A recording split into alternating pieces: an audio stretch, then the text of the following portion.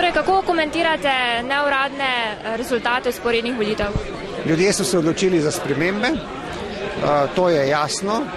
Vladajoča koalicija v 4 letih ni izpolnila svojih obljub in na potezi je socialdemokracija, da to, kar smo zapisali v program, odgovorno uveljavljanje sprememb, delitev dosežkov rasti in razvoja, od katerih bodo imeli vsi, tudi uveljavimo v praksi. Ni samo pomembno zmagati danes, še pomembno je narediti vse, da bomo do leta 2012 kar najbolj kvalitetno upravljali in leta 2012, da bodo ljudje seveda rekli, živeli smo bolje v tem mandatu in dali bomo ponovno zaupanje takrat sedanji novi, očitno novi oblasti.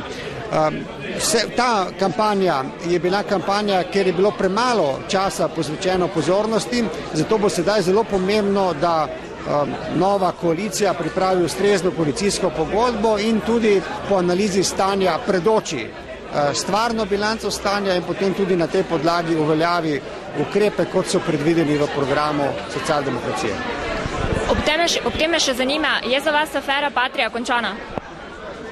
Glejte, afera Patria, pediatrična klinika, onkološki inštitut, helikopterski prevozi, operacijske mize, to vse je vrh ledene gore, kjer organi pravne države ne delujejo. Afera Patria se je ustvarila takrat, ko je nekdo v nasprotju s ponudbo nekaj kupil in ko je februarja lani slovenski organi preiskovanja dobili obvestilo, da je prišlo do nekih čudnih transakcij.